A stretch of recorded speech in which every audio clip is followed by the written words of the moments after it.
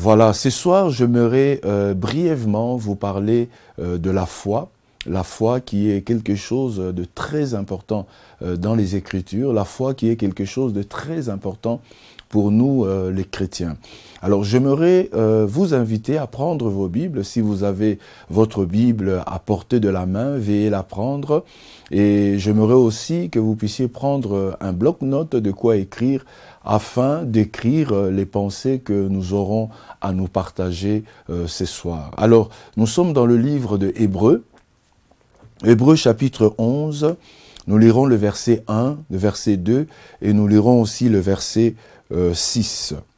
La Bible dit « Or, la foi est une ferme assurance des choses qu'on espère et une démonstration de celles qu'on ne voit pas. » Verset 6.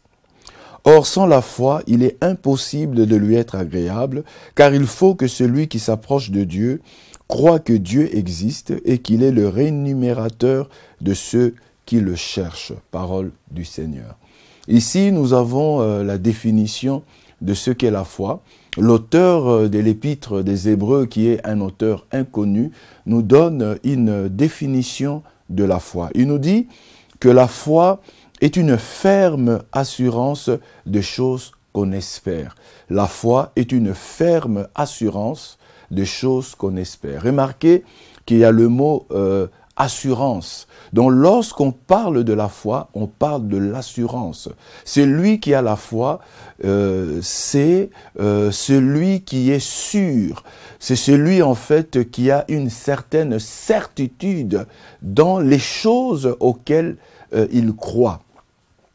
Et l'auteur nous dit que la foi est aussi une démonstration de choses qu'on ne voit pas. Ça veut dire que c'est lui qui a la foi, démontre sa foi, manifeste sa foi, soit par ce qu'il dit ou par les gestes qu'il pose. Parce que la foi n'est pas une notion abstraite. La foi n'est pas quelque chose qui est seulement intérieur, mais la foi est aussi expressif.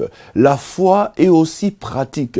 La foi a aussi ses actes. La foi a aussi ses œuvres. Voilà pourquoi l'auteur de l'épître de Jacques, Jacques nous dit que la foi sans les œuvres est morte. Donc, ce qui prouve qu'un homme ou une femme a la foi, c'est les œuvres qu'il produit. Autrement dit, c'est les actes qu'il pose ou la parole que cette personne dit. Et c'est cela, en fait, qui va démontrer si cette personne a la foi ou pas. Donc ici, nous retenons que la foi est une ferme assurance. Donc il y a le mot assurance. Et la foi est aussi une démonstration des choses qu'on ne voit pas. Là, c'est la partie pratique de la foi. Alors, le mot foi, en grec, c'est pistis. Pistis, ce qui veut dire confiance. Pistis, qui veut dire croire. Pistis, qui veut dire aussi assurance. Donc, nous comprenons que lorsque nous parlons de la foi, eh bien, nous parlons de l'assurance, nous parlons de la confiance, nous parlons de la croyance, le fait de croire. Nous parlons aussi de la certitude. Alors la question qu'on pourrait se poser, comment vient la foi ? Eh bien, la Bible répond à cette question. L'apôtre Paul, dans le livre de Romains, Romains chapitre 10, verset 17, l'apôtre Paul dit « La foi vient de ce que l'on entend et ce que l'on entend vient de la parole de Christ. » Ici, nous comprenons que pour avoir la foi, pour recevoir la foi, eh bien, il faut écouter, il faut recevoir la parole. Et pour nous, les chrétiens, la parole qui nous transmet la foi, la parole qui nous communique la foi, eh bien, c'est la parole de Christ. Mais j'aimerais ouvrir une parenthèse ici pour vous dire que la foi qui est une assurance, qui est une confiance, qui est une croyance. La foi ne vient pas seulement de la parole de Christ. Malheureusement, la foi vient de toute information que l'on pourrait recevoir. La foi vient de tout renseignement que nous pourrions recevoir. Quand je dis ici renseignement ou information, je fais allusion à la parole. Parce que la parole, c'est quoi? La parole est une information. La parole est un renseignement. La parole est une connaissance. Alors, la Bible nous dit que la foi vient de ce que l'on entend. On pourrait se limiter là. La foi vient de ce que l'on entend. Ça veut dire que ce que l'on entend, ce que on écoute, eh bien, cela est susceptible de produire la foi. Cela est susceptible de créer la foi. Mais pour nous, les chrétiens, pour nous, les enfants de Dieu, notre foi vient de la parole de Christ. Alors, la parole de Christ, c'est la parole en fait révélée. C'est la parole que le Seigneur nous dit, c'est la parole que le Seigneur nous enseigne, c'est la parole que le Seigneur nous transmet. Alors cette parole peut venir au travers d'une lecture de la parole de Dieu qui est la Bible. Cette parole peut venir d'une étude approfondie de la parole de Dieu. Et le fait de lire la parole de Dieu, le fait d'étudier la parole de Dieu, et bien cette parole, lorsque elle est véritablement révélée à nous, parce qu'il ne faudrait pas oublier la notion de Christ. Lorsque cette parole est révélée à nous, lorsque nous avons la compréhension, nous avons la révélation de cette parole, eh bien voilà, la foi va naître, la foi va se manifester. Donc, pour un chrétien, la foi vient de ce qu'il entend. Et ce qu'il entend vient de la parole de Christ. La parole de Dieu nous vient aussi au travers d'une prédication. Lorsque, par exemple, nous nous retrouvons dans une assemblée, dans une église, et qu'il y a un orateur, il y a un pasteur qui prêche la parole de Dieu, qui annonce la parole de Dieu, et bien de cette parole révélée, de cette parole proclamée, et bien cette parole peut générer en nous la foi, cette parole peut produire en nous la foi. La troisième chose, eh bien, la parole de Dieu qui nous communique la foi, eh bien, peut être aussi une parole d'inspiration que Dieu lui-même viendrait nous communiquer, que Dieu lui-même viendrait nous parler. Ici, j'aimerais vous donner l'exemple de Abraham. Abraham, lui, en fait, sa foi lui est venue lorsque Dieu s'était révélé à lui, lorsque Dieu lui avait parlé. Et d'ailleurs, comme vous le savez, Abraham, il est le père de la foi, parce qu'il est le premier croyant, et quand je dis le premier croyant, c'est-à-dire vraiment le pilier de la foi, il est le père de la foi, et il est celui, en fait, qui a reçu sa foi par la révélation de Dieu, par l'inspiration de Dieu. C'est comme je disais, la foi, nous pouvons la recevoir lorsque Dieu se révèle à nous, lorsque nous avons une inspiration de Dieu par le Saint-Esprit, ou lorsque nous écoutons une prédication, lors d'une prédication, lors d'une réunion à l'église, ou encore lorsque nous lisons la parole de Dieu. Cette parole va générer, cette parole va produire la foi en nous. Et ce qui est important de savoir, c'est que la foi est quelque chose que Dieu demande à ce que nous puissions avoir. Parce que la Bible nous dit dans le livre de Hébreux chapitre 11, verset 6, la Bible dit que « Or, sans la foi, il est impossible de lui être agréable. » Un homme qui veut être agréable à Dieu, un homme qui veut plaire à Dieu, un homme qui veut être accepté devant Dieu, cet homme doit manifester de la foi. Cet homme doit croire en Dieu. Cet homme doit véritablement placer sa confiance en Dieu. Pourquoi? Parce que c'est lui qui ne croit pas en Dieu, celui qui ne fait pas confiance à Dieu, eh ben, celui-là, sa foi ne pourrait pas aussi véritablement lui permettre d'expérimenter, de vivre ce dont cette personne aurait besoin. Donc ici, chose importante à retenir, c'est que Dieu nous demande d'avoir la foi. Si Dieu nous demande d'avoir la foi, c'est parce que quelque part, Dieu sait que par sa révélation, par son inspiration, par la parole que nous écoutons, par la parole que nous lisons, cette parole est susceptible de produire en nous la foi. C'est cette foi que nous devons véritablement manifester, que nous devons pratiquer lorsque nous nous approchons de Dieu. Parce qu'il ne suffit pas de s'approcher de Dieu, il faudrait encore croire à Dieu.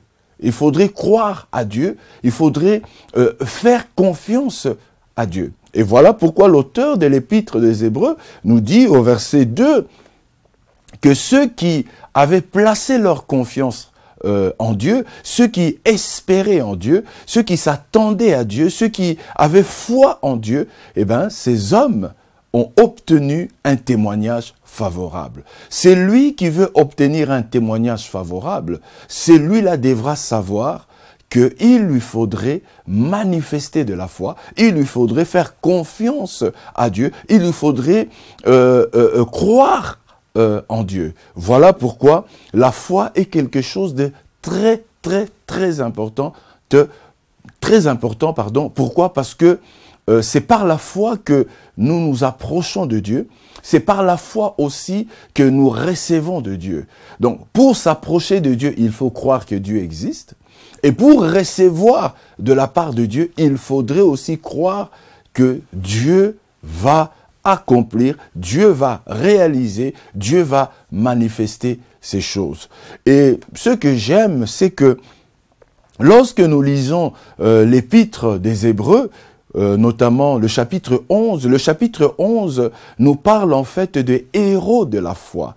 Nous avons toute une liste des hommes et des femmes qui par leur foi ont vécu des miracles, qui par leur foi ont expérimenté la puissance de Dieu, qui par leur foi ont vu leur situation changer de tout au tout. C'est pour dire que nous aussi, comme ces hommes, que l'auteur de l'Épître des Hébreux nous cite dans cette galerie que j'appelle des hommes de foi, nous aussi, comme ces hommes de foi, si nous croyons en Dieu, si nous espérons en Dieu, si nous plaçons notre confiance en Dieu, eh bien, nous pourrions expérimenter, nous pourrions vivre ce que ces personnes ont vécu, ce que ces personnes ont expérimenté. Pourquoi? Parce que Dieu n'échange pas. Dieu n'échange pas. La Bible dit qu'il est le même hier, aujourd'hui et éternellement. Ce qu'il a fait dans le passé, aujourd'hui, il peut encore le faire. Ce qu'il fait aujourd'hui, il pourrait encore le faire dans l'avenir. Voilà pourquoi nous avons tout intérêt à manifester la foi en Dieu, à manifester la foi en les promesses de Dieu, en manifestant la foi à la parole de Dieu. Pourquoi? Parce que Dieu n'est pas un homme pour mentir, ni un fils de l'homme pour se repentir. Ce que Dieu dit, ce que Dieu promet, eh bien, Dieu a les moyens de les accomplir. Voilà pourquoi la foi est très importante. Nous avons plusieurs personnes qui ont manifesté la foi et qui ont vu la main de Dieu dans leur vie. Mais j'aimerais dire que la Bible nous parle aussi des hommes et des femmes qui, au lieu de manifester leur foi, au lieu de croire en Dieu, au lieu de faire confiance à Dieu, ces personnes ont plutôt fait confiance à ceux qu'ils voyaient, ont plutôt fait confiance à leur sens sensuel. Et cela, en fait, les a valu de ne pas expérimenter la main de Dieu, de ne pas vivre la gloire de Dieu.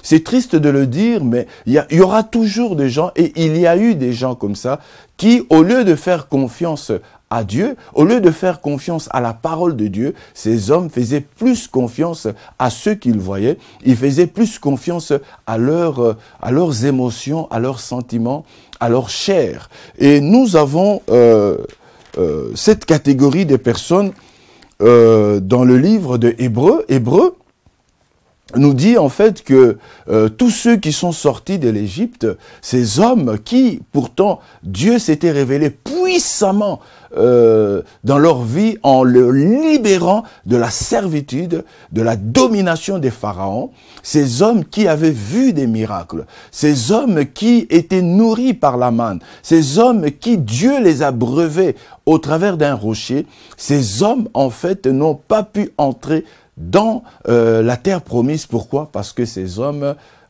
n'avaient pas placé leur confiance en Dieu. Ces hommes n'avaient pas cru à la parole de Dieu. Et Hébreux nous dit que ces hommes, en fait, avaient rendu la parole de Dieu sans effet dans leur vie. Vous voyez, la parole de Dieu est puissante. La parole de Dieu est transformatrice.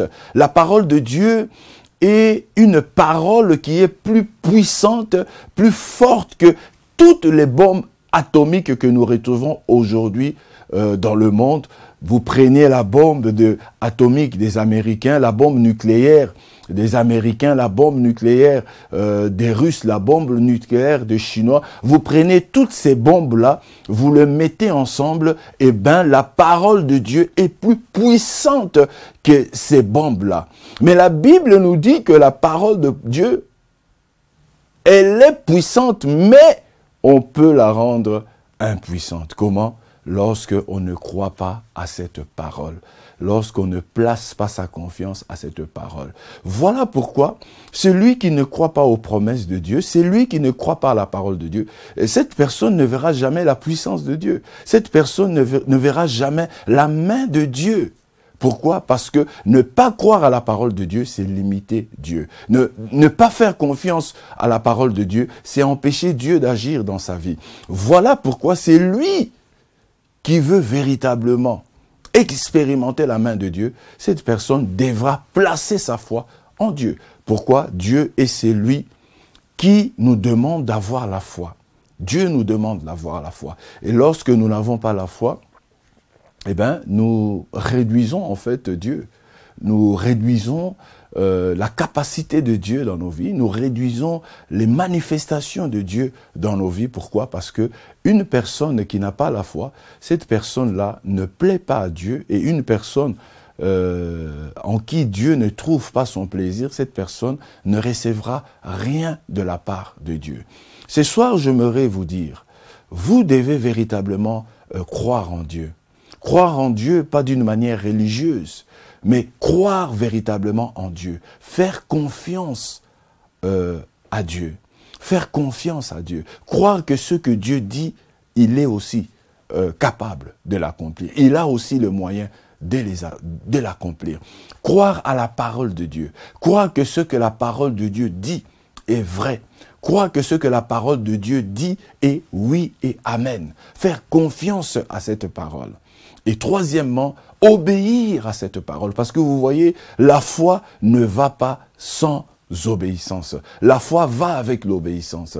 Un homme qui croit, un homme qui a la foi, c'est un homme qui est obéissant à Dieu. C'est un homme qui est obéissant à la parole de Dieu. C'est un homme qui est obéissant aux recommandations de Dieu. Voilà pourquoi celui qui croit démontre sa foi par son obéissance, par sa soumission. Lorsque la Bible nous parle d'Abraham, je vous disais tout à l'heure que Abraham est considéré comme le père de la foi. La Bible dit que Abraham, dans l'épître de Hébreux chapitre 11, lorsque Dieu s'est révélé à Abraham, nous dit la Bible, eh bien Abraham est parti sans savoir où il allait. Abraham obéit. À qui? À la voix qui lui avait parlé. À Dieu qui lui avait parlé en lui disant « Quitte la maison de ton père, quitte ta patrie, quitte ton pays pour un lieu que je te montrerai. » Abraham est parti. Toutes les personnes qui ont cru en Dieu, ces personnes ont toujours manifesté leur obéissance à la voix de Dieu, ont toujours manifesté leur soumission à la parole de Dieu. C'est dire que si vous avez en face de vous une personne qui n'obéit pas, qui ne se soumet pas, eh bien, vous pourriez aussi douter de la foi de cette personne. Pourquoi? Parce que la foi est conjuguée avec l'obéissance. La foi est conjuguée avec la soumission. Et la Bible nous dit que la foi, c'est quelque chose qui se démontre.